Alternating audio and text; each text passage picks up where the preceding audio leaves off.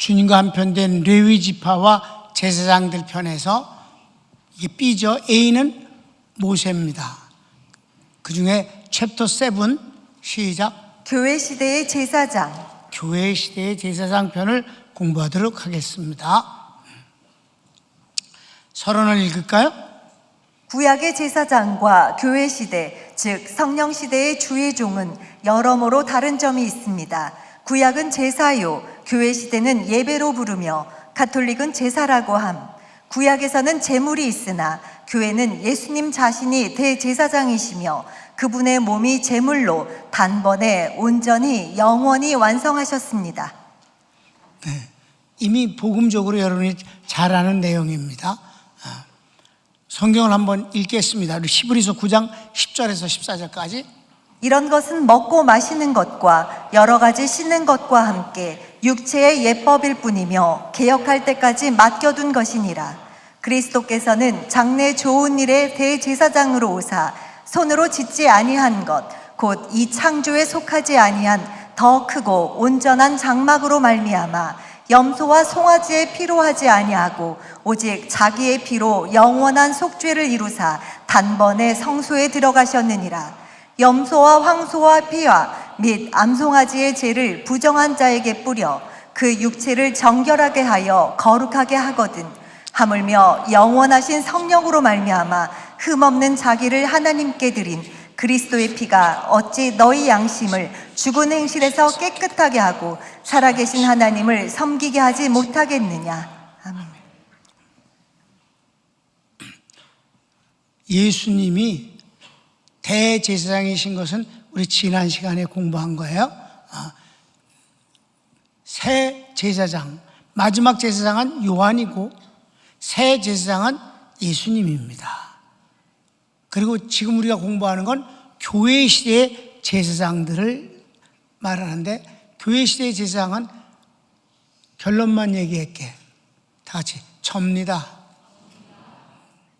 여러분, 얼마나 엄청난 일이에요. 마지막 제사장이 누구라고? 세례 요한. 새로운 제사장은 예수님. 교회 시대의 제사장은 성도 자신이다. 그래서 이 직분이 하나님과 한편된 사이에 직분으로 채택되어진 그 배경이 여기에 있음을 여러분 이해하시기를 바랍니다. 제사장, 그것도 대제사장이다 하는 거예요. 왜 대제사장과 제사장은 다르냐면, 제사장은 회당 안에서만 섬겨요. 대제사장만 오직 지성소에 들어갈 수가 있습니다. 그것도 1년에 한 번 속죄일이라는 날만 들어갑니다. 근데 우리는 대제사장이다. 너희가 하나님의 성전이라고 했을 때 나오스라고 했습니다. 그 네아오스는 지성소를 뜻하는 것입니다. 너희가 하나님의 대제사장이다 이 말이에요. 어디에 들어가는? 하나님의 실존인 법궤가 있는 지성소에 들어가는 사람이 됐다. 여러분, 얼마나 굉장해요. 우리가 제사장에 대해서 지금 챕터 7이잖아. 쭉 공부했단 말이에요. 거기서 클라이막스는 바로 마지막 제사장 세례 요한, 새로운 제사장 예수님, 교회 시대의 제사장 나 자신. 이걸로 제사장 직분의 하나님과 한편된 사이를 마무리 짓는 거예요. 다음 시간이면 이 제사장 직분에 대해서는 이제 끝을 냅니다. 오늘은 이제 3번까지만 1번 읽읍시다. 만인 제사장로는 구원의 복음에서 중요합니다. 이 내용은 예수님을 믿는 사람은 누구나 하나님께 직접 나아갈 수 있게 되었으므로 성도는 모두 제사장이란 뜻입니다. 여기서 통로는 오직 예수님입니다. 그래서 기독교에서만 특이하게 쓰이는 용어가 있습니다. 예수 이름으로입니다. 네. 여기서 내가 왜 제사장이 됐느냐, 내가 왜 대제사장이 됐는가, 내가 어떻게 하나님이 계신 지성소에 들어갈 수 있는 존재가 됐는가 하는 것에 대한 배경이에요. 그것이 바로 예수님을 통해서 하나님께 나갈 수 있게 됐기 때문에 그렇다는 말씀이에요. 그래서 기독교에만 있는 아주 특이한 현상이잖아요. 예수 이름으로, 예수 이름으로, 예수 이름으로, 모든 게 다 예수 이름으로 예수의 이름으로 하나님께 나가고, 예수의 이름으로 마귀에게 나가고, 예수의 이름으로 세상에 나가고, 예수의 이름으로 축복하고, 예수의 이름으로 병 고치고. 아멘. 자, 한번 봅시다. 가로치기 1번. 예수 이름으로 세례를 받고. 성경 읽읍시다. 베드로가 이르되 너희가 회개하여 각각 예수 그리스도의 이름으로 세례를 받고 죄 사함을 받으라. 그리하면 성령의 선물을 받으리니. 그렇습니다. 예수의 이름으로 세례를 받는 거다. 세례가 무슨 뜻이에요? 신앙 고백이다.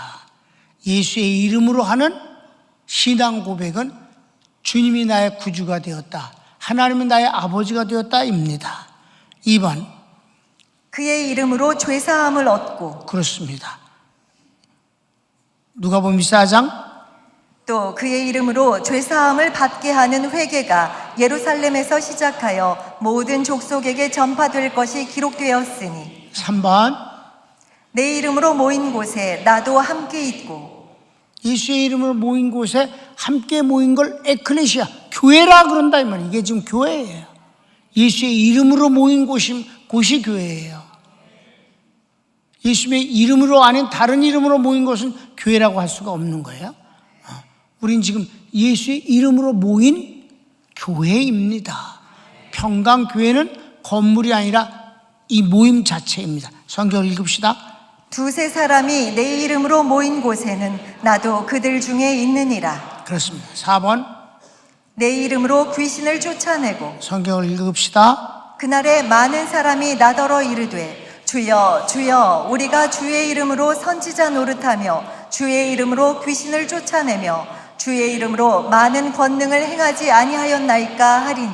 아멘. 그렇습니다. 그 다음 5번. 내 이름으로 보내신 성령. 성령도 예수의 이름으로 오신 거예요. 예수의 이름으로 빼놓으면 아무것도 없는 거예요, 기독교는. 자, 요한복음 14장 26절. 보혜사 곧 아버지께서 내 이름으로 보내실 성령 그가 너희에게 모든 것을 가르치고 내가 너희에게 말한 모든 것을 생각나게 하리라. 6번. 내 이름으로 무엇이든 구하면 받으리라. 그래서 우리가 기도할 때 맨 마지막에 예수의 이름으로 기도하는 거예요. 영화 같은 데 보면 예수의 이름으로 그 말을 빼놓고 그냥 기도로, 예수의 이름으로 모든 것이 되는 거예요. 내가 기도문을 멋지게 만들어서 통하는 게 아니에요. 예수의 이름이란 통로로 주님 앞에 나가는 거, 하나님도 예수의 이름으로 올라온 기도에 예수의 이름으로 응답을 주시는 거예요. 성경을 읽을까요? 내 이름으로 무엇이든지 내게 구하면 내가 행하리라. 아멘. 마지막 7번. 예수의 이름으로 일어나 걸으라. 성경을 읽읍시다. 베드로가 이르되 은과 금은 내게 없거니와 내게 있는 이것을 내게 주노니 나사렛 예수 그리스도의 이름으로 일어나 걸으라 하고. 아멘. 그래서 여기서 결론적인 말을 썼습니다. 시작. 만인 제사장론에서 예수님은 하나님이 선택하신 성도 누구에게나 주신 하나님의 선물입니다. 예수님은 하나님이 우리에게 주신 최고의 선물입니다. 그 선물을 받은 사람을 가리켜서 제사장이라 불린다. 그래서 만인이란 말은 누구든지 예수님을 믿는 사람은 제사장이란 의미에서 만인 제사장입니다. 아멘. 요한복음 3장 16절. 하나님이 세상을 이처럼 사랑하사 독생자를 주셨으니 이는 그를 믿는 자마다 멸망하지 않고 영생을 얻게 하려 하심이라. 그래서 마지막. 그리고 예수님 이름 안에는 그분의 속성, 하신 일, 능력, 사랑이 다 포함되어 있습니다. 예수의 이름 안에는 모든 것. 여러분이 이름으로 모든 것이 등록되잖아. 재산도 등록되고. 여러분의 신분증엔 전부 여러분 이름이 있잖아. 그 이름으로 모든 것이 되는 거다. 예수님의 이름은 그런 것이다. 큰 2번. 만인 제사장의 근거 중 또 하나는 예수님께서 완성하신 구원과 모든 은혜를 성령님께서 직접 성도 안에 가지고 오셔서 예수님의 구원을 보증하시는 것입니다. 만인 제사장이라는 거는 주님이 주님의 이름으로 보내준 성령님이 내 안에 오실 때 예수님이 완성하신 모든 걸 하나도 빼놓지 않고 다 갖고 들어오신 거예요. 그것을 소유한 사람이 제사장이다. 그러니까 구약의 제사장은 비교도 안 되는 어마어마한 제사장이다. 예수님의 하신 일, 예수님의 소유 모든 것, 예수의 이름 안에 있는 모든 것을 다 한꺼번에 우리에게 선물로 주셨어요. 여러분, 이런 거 가만히 생각하면요, 가슴이 벅찬 일이에요. 나같이 부족한 것, 나같이 어리석은 것, 나같이 죄를 짓는 이 죄의 속성을 갖고 있는 존재에게 하나님은 어떻게 예수님으로 말미암아 만들어진 모든 것을 다 내게 선물로 주셨는가? 이게 바로 제사장이다. 고린도후서 1장 21절, 우리를 너희와 함께 그리스도 안에서 굳건하게 하시고 우리에게 기름을 부으신 이는 하나님이시니 그가 또한 우리에게 인치시고 보증으로 우리 마음에 성령을 주셨느니라. 아멘. 고린도후서 5장 5절도 보증에 대해서 한 번 더 보겠습니다. 시작. 곧 이것을 우리에게 이루게 하시고 보증으로 성령을 우리에게 주신 이는 하나님이시니라. 아멘. 그렇습니다. 하나님이 우리에게 주신 것이 우리가 어리석어서 믿음이 부족해서 또 환경 때문에 마음이 흔들려서 하나님의 구원과 하나님의 사랑과 그 능력을 실감하지 못할 때 성령께서 우리 속에 주셔서 그 보증하시고 확인을 시켜주신다. 끝도 없이 확인시켜 주신다. 그런 거죠.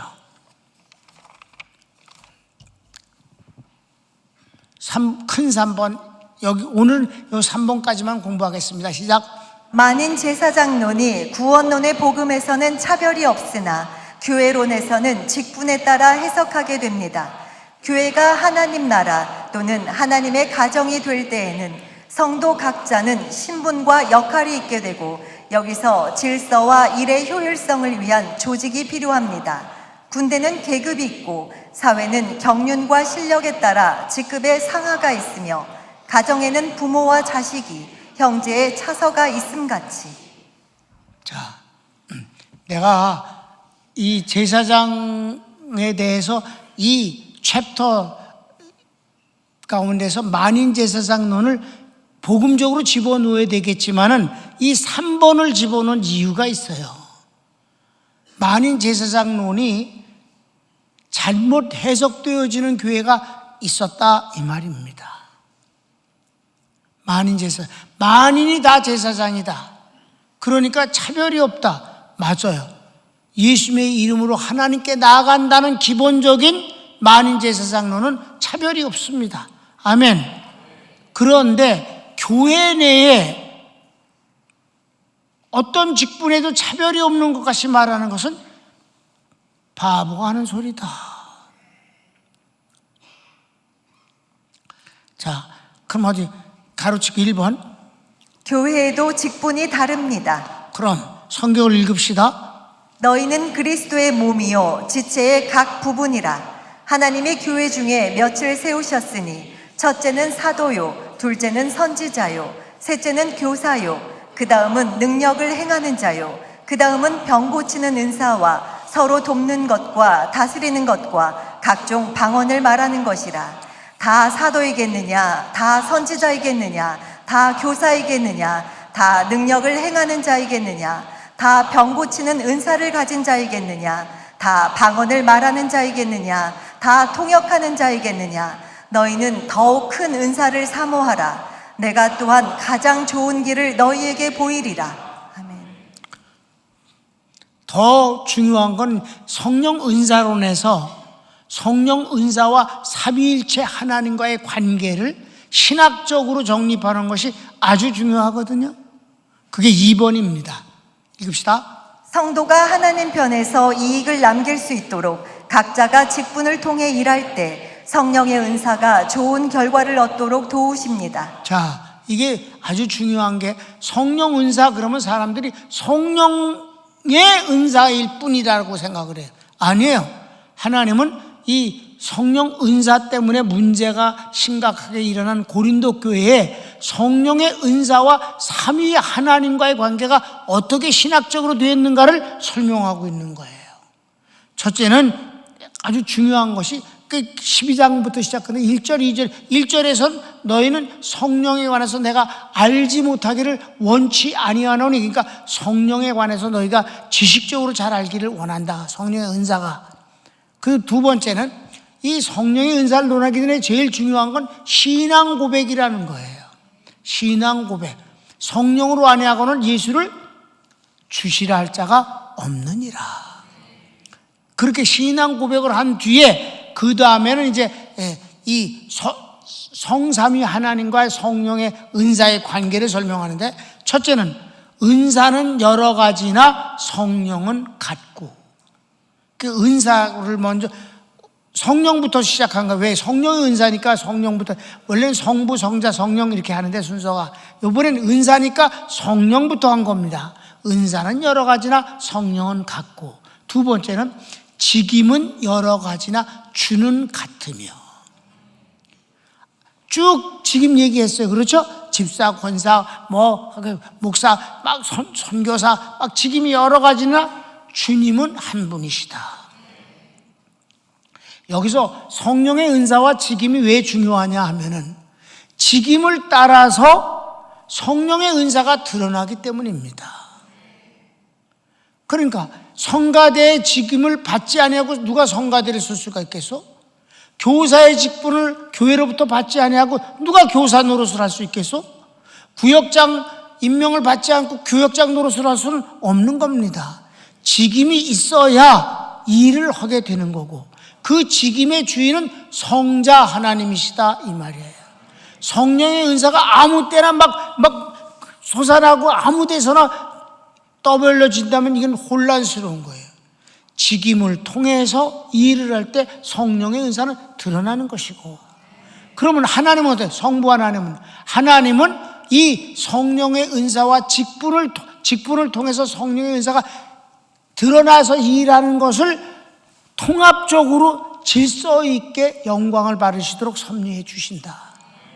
그래서 맨 마지막엔 뭐예요? 7절이 각 사람에게 성령의 은사를 주신 것은 유익하게 하렵니다. 여기서 유익은 숨페론, 공동유익, 교회를 유익하게 하기 위해서 성령 은사를 주신 것이다.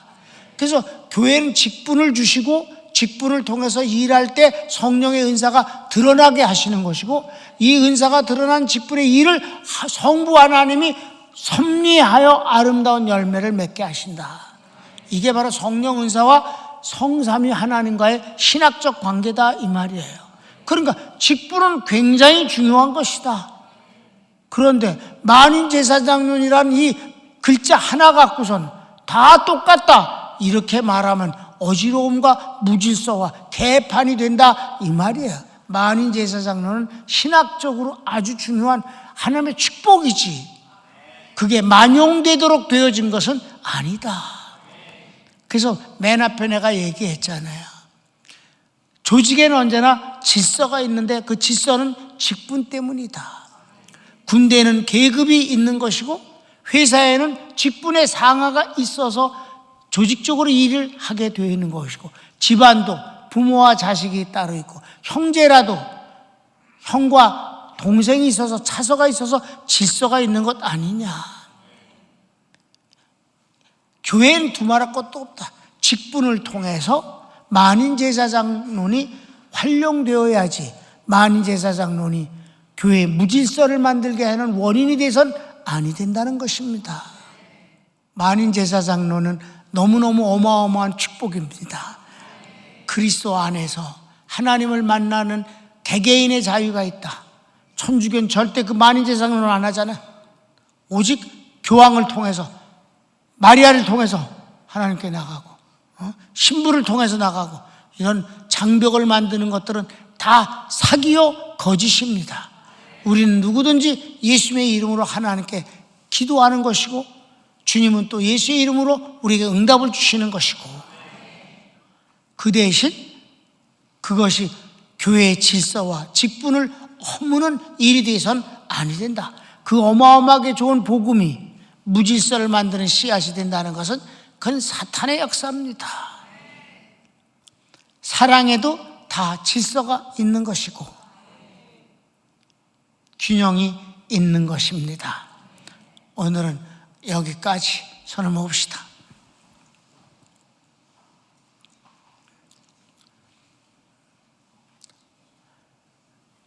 사랑하는 여러분, 복음은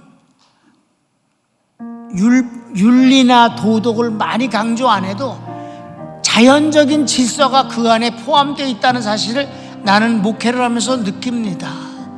내가 도덕 설교나 윤리 설교를 단 한 번도 안 함에도 불구하고 복음 안에는 질서와 권위가 동시에 있습니다.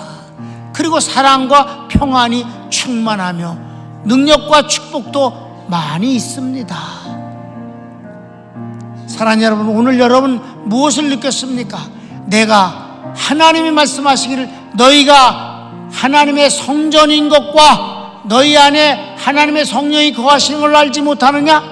너희가 제사장인 것과 같이 거룩하도록 하라라고 하셨습니다. 하나님, 내가 대제사장이 되었습니다.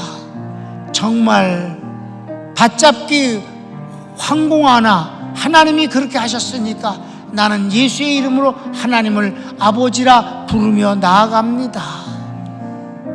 복음의 사람 되게 해주시고 성령의 사람 되어서 평안과 겸손과 그리고 충성과 감사가 충만케 하소서. 다 같이 부릅시다. 주여, 오 사랑하신 감사합니다.